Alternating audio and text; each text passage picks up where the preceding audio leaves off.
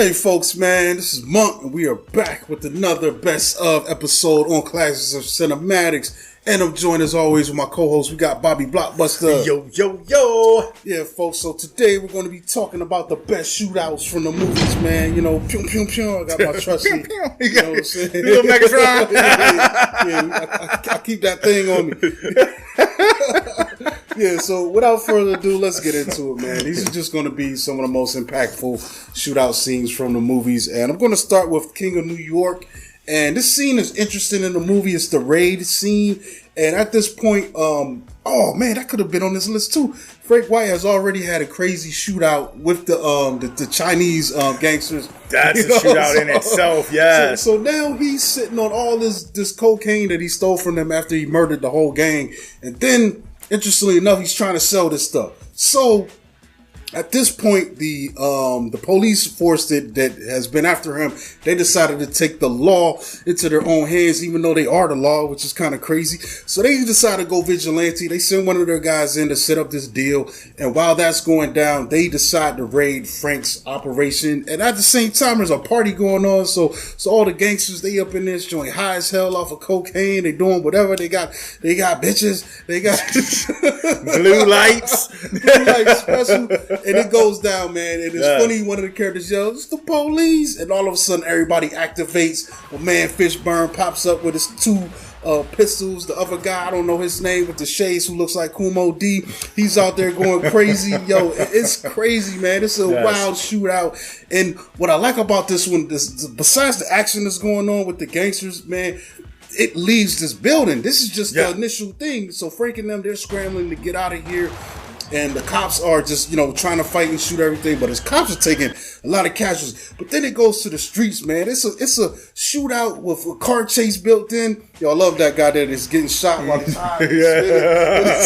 It's beautiful. The music is going on. It's Schoolie D's Am I Black Enough For You? But it's almost like a sped up version. Because the real version is a little bit mellower. But it's chaos, man. The bullets are flying. It's almost beautiful too, man. Even though there's death and carnage. But I love when they get to the streets. Cops are still pursuing them. My man Fishburne's dumping out the car. It's crazy, bro. The one cop gets face planted into a fire hydrant. They taking people out without the bullets He's too. Hanging on the door, and they run him into a fire hydrant. And my man's like, "Nobody ran us for free." Like it's chaos, man. It's chaos. It is brutality. It's an interesting moment in the film, Yes. It's wild, but it's beautiful. It is. It was definitely one of the climactic points of this movie. I mean, because the movie is so subdued and it moves at such a subtle pace, even though there's a lot of stuff going on. But when this happens, it definitely gets the blood flowing, and it definitely all rolls downhill from there. Yeah, that was a good pull. So my first shootout is none other than the bar shootout scene from Desperado in 1995. And it's a great one. This is personally one of my favorite shootouts in cinema. You know what I'm saying? I mean, I feel like that it's poetry in motion. You know what I'm saying? The way that the music is playing and the atmosphere and just Antonio Banderas and then the camera work. Everything is just is working on every aspect of this shootout. And so what we have is after Buscemi sets the tone in this particular bar to warn the patrons that the mariachi is coming.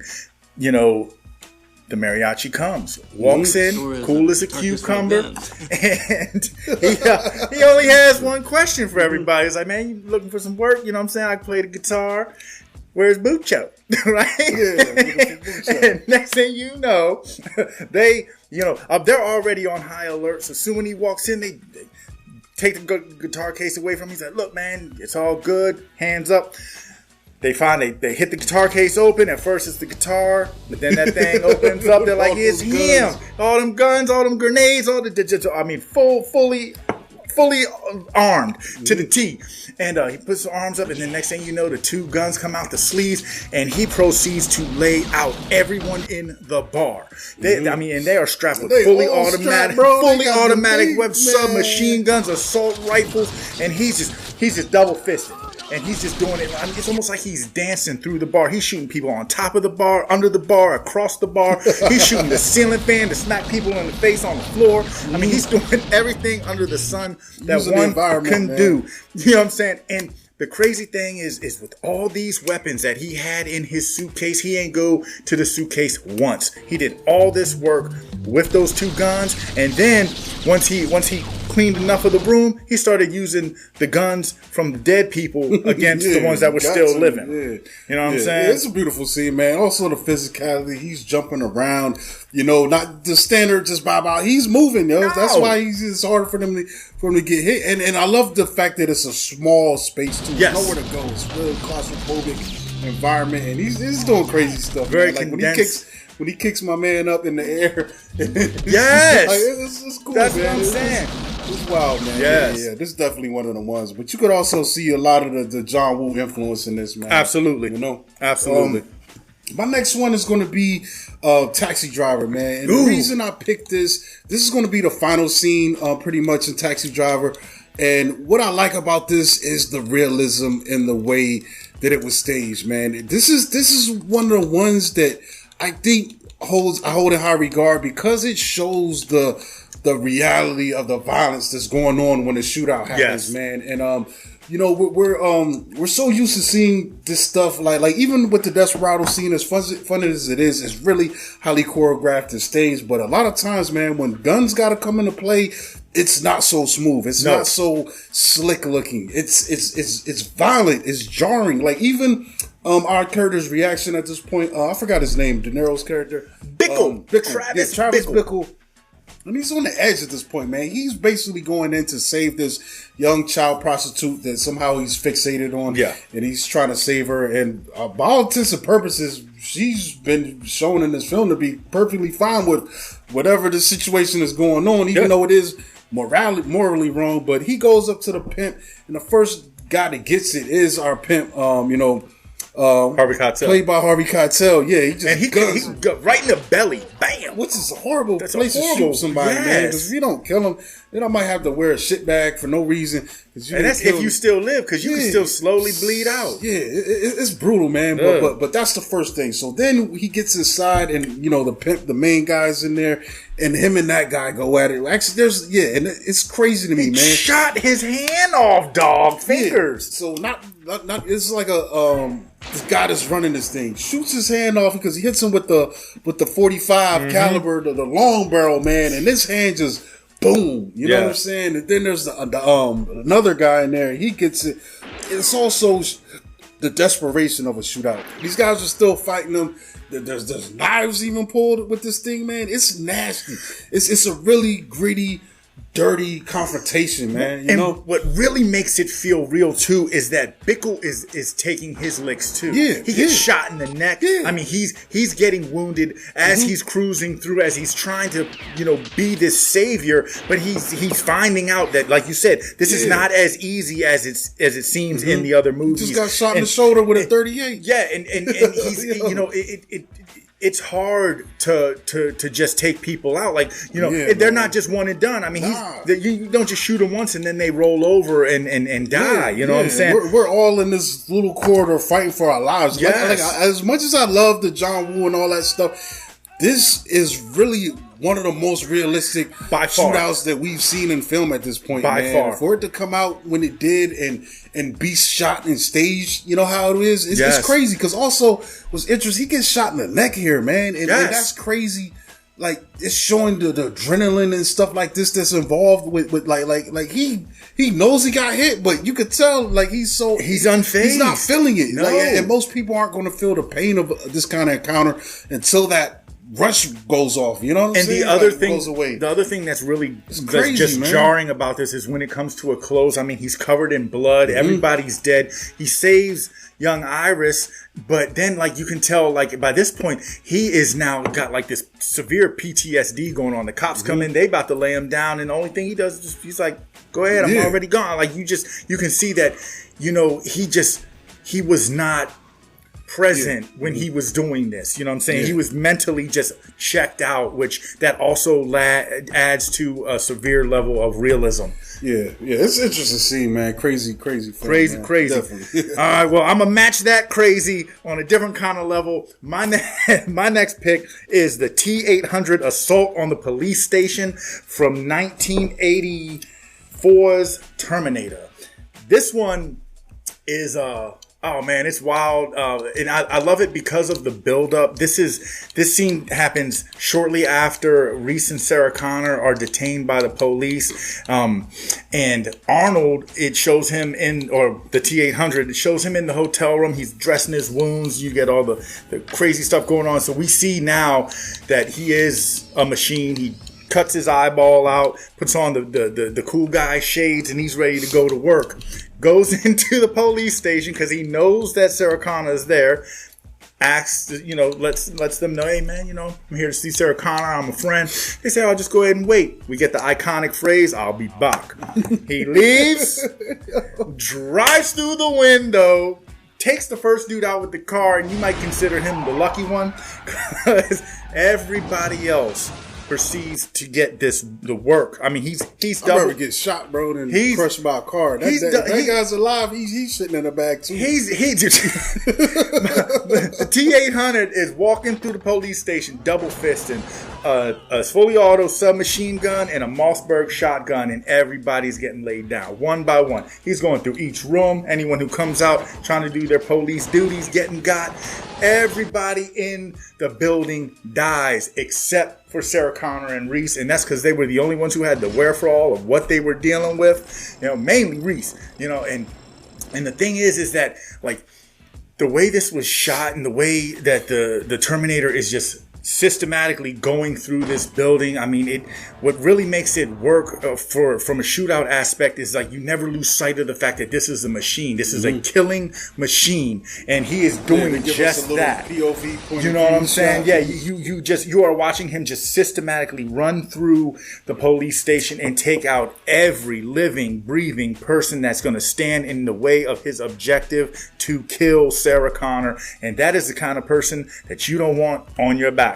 When they come in to get you, you gonna die. You know what I mean? And the way that this scene delivered that message was spot on. This is a rap, B. Yeah, you're gonna need a lot more dudes than that. You need an army with a tank. You know what I'm saying? It's wild, man. My last one, I'm gonna be talking about Hard Boiled. And this is a John Woo film, and we're gonna be talking about the Teahouse Shootout. That was 1992. So. Okay.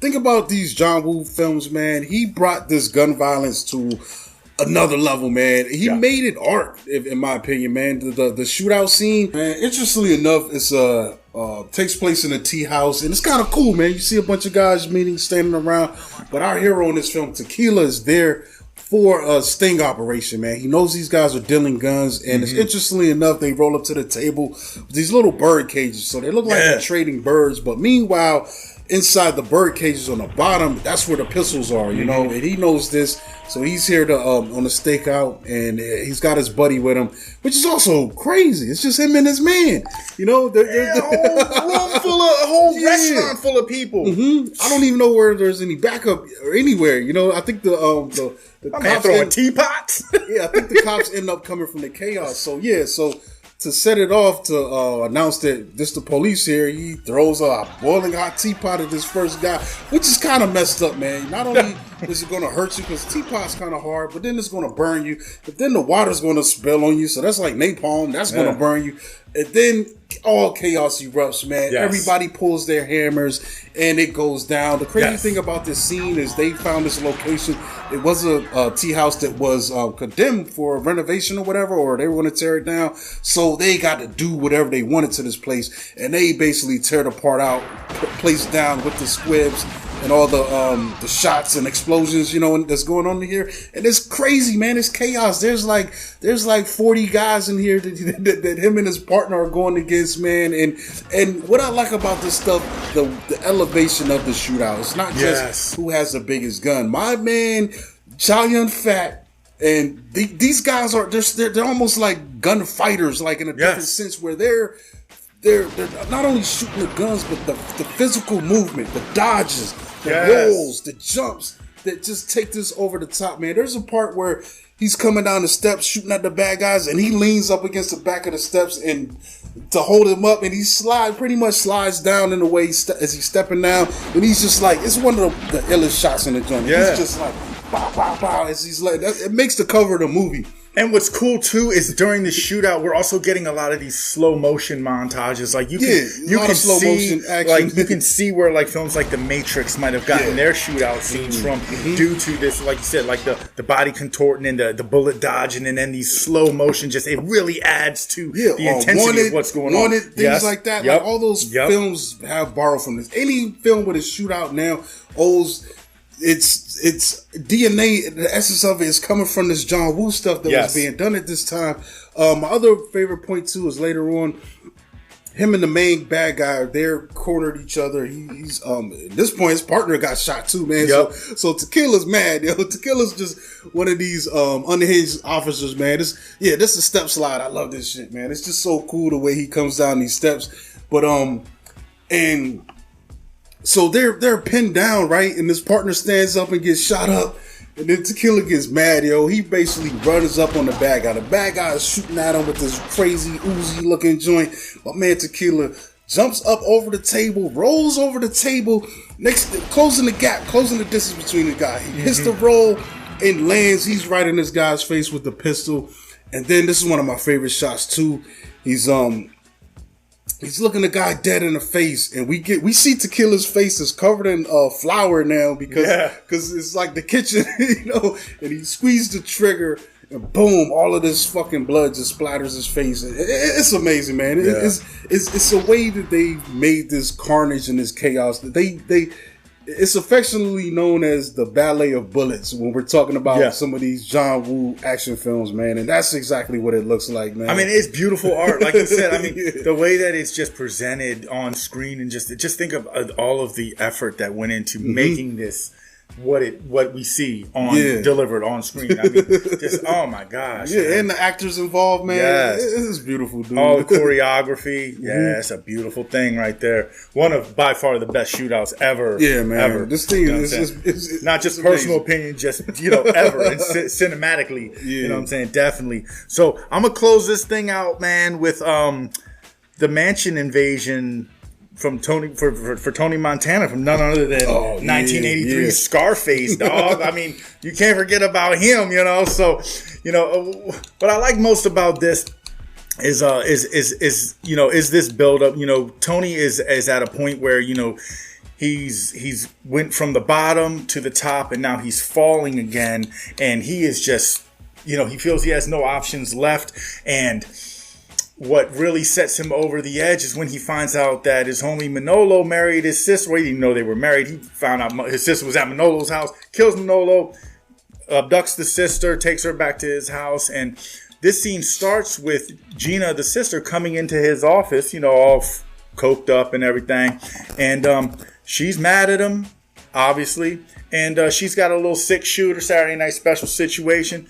And she plugs him in the leg, and this happens right before this. He gets into an argument with Sosa, and Sosa lets him know. Sosa lets him know, you dead, you done, you didn't execute the plan. You were supposed to, take out this guy for whatever, morality got in the way. That's not going to cut. That's not going to cut it. We taking you out. So he's like, you want to go to war? We're going to go to war. Cool, but he didn't anticipate this kind of war. So with him then being blindsided by what was going on with his sister, Gina shoots him in the leg. He eats that, you know what I'm saying? And then as the mansion is now getting swarmed by people, you know what I'm saying? He got like one or two guys left. That's it. He's only got a couple henchmen left. And the mansion is getting swarmed. And what ends up happening is one of them shoots Gina through the window. And so he takes him out with ease. That's cool. No problem. And then, he's like, okay, it's time to go to war. So he turns around to the table, snorts whatever's left of this mountain of coke.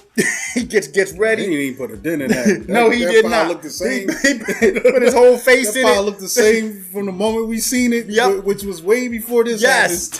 Breathed it, ate it, listened to it, did whatever he needed to do. Hit it with a hammer, and it still looked the same. Next thing you know, say hello to his little friend. My man is toting an assault rifle with a grenade launcher hooked to it, blows the door off the hinges, and goes to work. I mean, he starts laying down people left and right.